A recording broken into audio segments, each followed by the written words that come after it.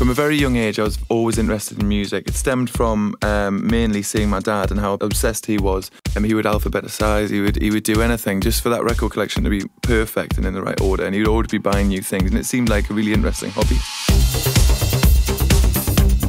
Quite a lot of the time I didn't understand the music being played, but I think that's where I got my passion for music very early on. I started buying music as soon as I started getting pocket money. All my money went onto music.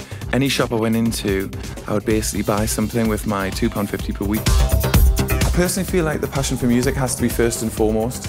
I think that came first, and then it wasn't until I was about 18 or 19 that I actually got my first pair of decks and began thinking about performing in nightclubs and forming sets. For anyone who wants to DJ, it's incredibly hard to get that first break. What I did is, I got myself into the position where I was the guy giving the breaks. I got a job as a marketing manager for a nightclub. I then gave myself the gigs, so I was learning in front of a crowd on a regular basis, playing to a crowd from the very start. And also by booking other DJs, I got to see the guys who'd been in the game 10, possibly even 20 years, and see how they do it and learn from them. When I'm putting together a set, I'm quite often thinking about bringing the old and the new together. And my father's record collection actually forms a part of my set, and that for me is incredibly exciting.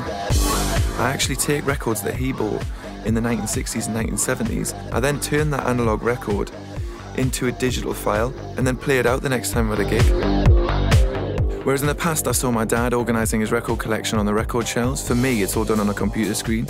I'll spend between 3 and even 6 hours a day on my computer organising and streamlining my collection. Also researching and finding other things on the internet. So for me, having a high-speed Intel machine is absolutely crucial. What keeps me in business is the enthusiasm I bring to a set, and I believe that that transfers to the crowd. And if I do that every time and they're happy, then I'm going to get asked back for the next set. I feel very lucky to be doing something I love. Right now, I couldn't think of doing anything else.